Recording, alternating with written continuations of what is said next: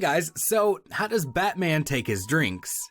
Just ice. This isn't a casual video, you can't just start off like that. Sorry, I've been wanting to do that since we came up for the title of this series. Guys, welcome to the first episode of our new series, Pokemon Justices, which serves as a counterpart to our series over on Callum's channel, Pokemon Injustices. With Pokemon Injustices, we talk about things in the franchise that we feel aren't justified or need amended. It's not necessarily about our least favorite things as much as things that just kinda don't make sense. And just like with Pokemon Injustices, Pokemon Justices will cover things in the franchise that are justified and do make sense. Again, they're not our favorites, they're things we feel that have a good basis and a good standing in the franchise. To go along with the video we did on my channel, we'll be doing a top 10 shiny Justices. These are Pokemon whose shiny we feel enhances the overall design and stays true to their original concept. Again, these aren't our favorite shinies. In fact, there are some on this list that we don't like.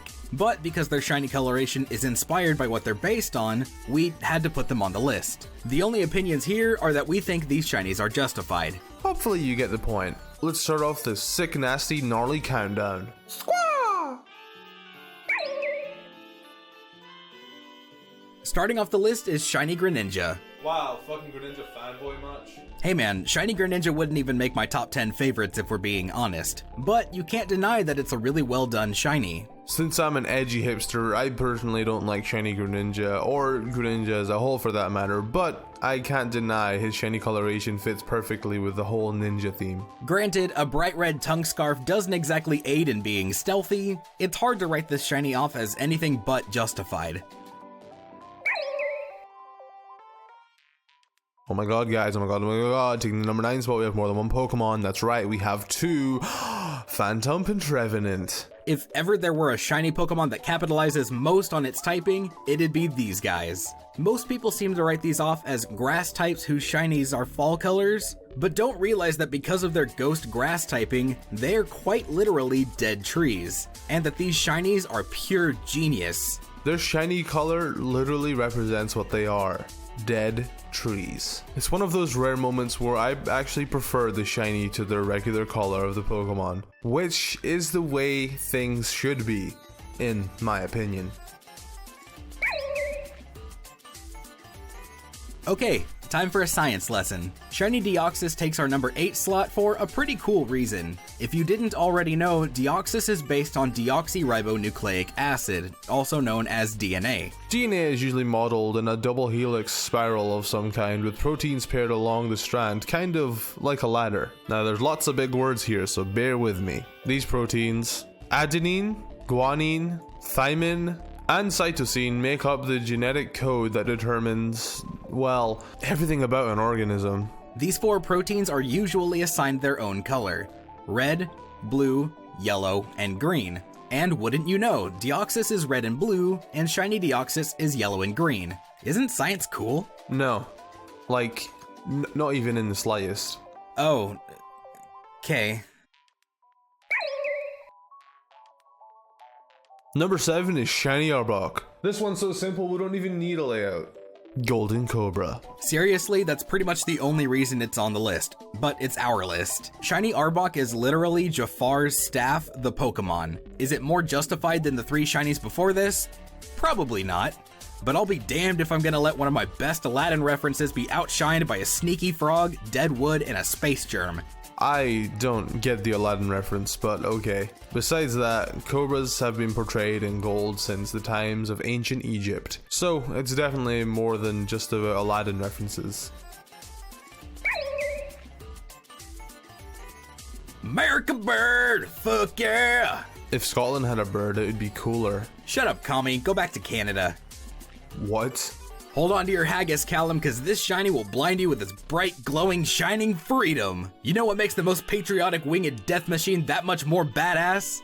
Making it more patriotic-er. The red, white, and blue bird just got redder, whiter, and bluier thanks to this awesome shiny. Arceus bless America. Our 5th spot goes to Slugma. Okay, here's some science I can handle. It's cold lava, and it looks good. Scientifically accurate shiny Pokemon are one of the coolest things in my opinion, and Slugma is a great example of one. It's just unfortunate that upon evolving, its amazing shiny goes to waste. Better run an Eevee like Slugma, kids. Remember when we said that there'd be shinies we don't like? Well, here's a couple. Shiny Riolu and Shiny Lucario are just god-awful. I fully agree with Speqtor, but sadly, in this case, their shiny corresponds with their origin story. So as bad as they may look, it makes sense for them to be this disgusting piss yellow color they are. So Riolu and Lucario's names and Lucario's steel typing come from a mythical metal called orichalcum, which was said to be one of the main building materials for the city of Atlantis and was supposedly more valuable than gold. Orichalcum has been depicted in tons of ways in various media, like it being blue and glowing white in the Kingdom Hearts series, but orichalcum was supposedly a silvery gold yellow color. So yeah, even though they're ugly as hell, Shiny Riolu and Shiny Lucario are totally justified, and I kind of hate it. Taking the third spot, we have more shiny Pokemon that may not look appealing, but they are really creative, so that makes them justified.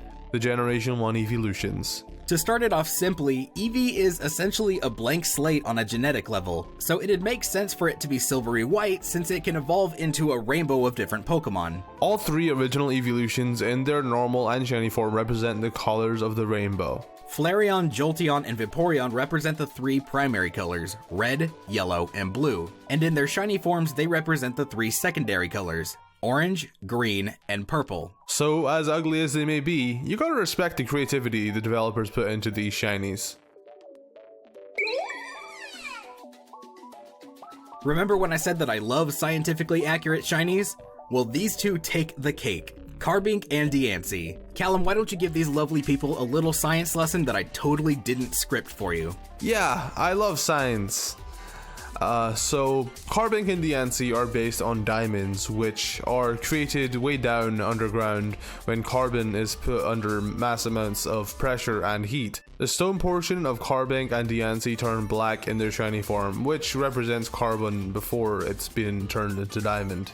Thank you, Callum. Also, the white portions of their body have been changed to more vibrant hues of their gem colors, which I'm sure isn't scientifically justified, but it does look sick as fuck. Just saying. Before we slide into number one's DMs and ask them, hey, what's up, hello, we've got some honorable mentions. I'm cool and hip like the kids now. First off is Corsola, because while coral can come in many colors, blue works really well with the fact that it's a water type. Also because obligatory SpongeBob reference. Next is any grass type Pokemon that changes to autumny colors. Because seasons, I guess. Finally, there's Tyrantrum, whose shiny sports a royal blue that's just oh so fitting for the king of the fossils. Alright, the moment you've all been waiting for. The number one most justified shiny Pokemon is actually two, going hand in hand with each other, Arcanine and Ninetales. Where do we even begin with these two? For starters, shiny Arcanine is a gold and yellow color while shiny Ninetales is silver, and fittingly so, since Arcanine and its pre-evolution were exclusive to Pokemon Gold when shinies were introduced in Generation 2, as was Ninetales and its pre-evolution to Pokemon Silver respectively. Shiny Arcanine's gold coloring comes from something called a Shisa, a statue of creature that looks like a lion and a dog. Shisa were placed in front of homes to ward off evil spirits and, in ancient times, were commonly depicted in gold. Next, and my personal favorite of the two, is shiny Ninetales. Ninetales is based on the nine-tailed kitsune, which were foxes from ancient Japanese myth, who over the course of many, many years grew 9 tails and developed a silvery coat, fitting it perfectly into Pokemon Silver. Flat out, these two are definitely the most justified shiny Pokemon out there. Not only are each of their bases taken into account, but they were also both placed so creatively into the Generation 2 games, making them the perfect little accent to the introduction of shiny Pokemon. Now, if you'll excuse me, I think I could use a glass of water. Batman style. Thank you guys so much for watching, and if you haven't already, be sure to check out our top 10 shiny Pokemon injustices over on Callum's channel by clicking this annotation or following the link in the description. If you enjoyed this list, leave a like, and if you have anything to add to our list, leave it in the comments. If you're new here and like what you see, join the crew and hit subscribe. Links to both mine and Callum's social media will be in the description below, and as always, stay bueno.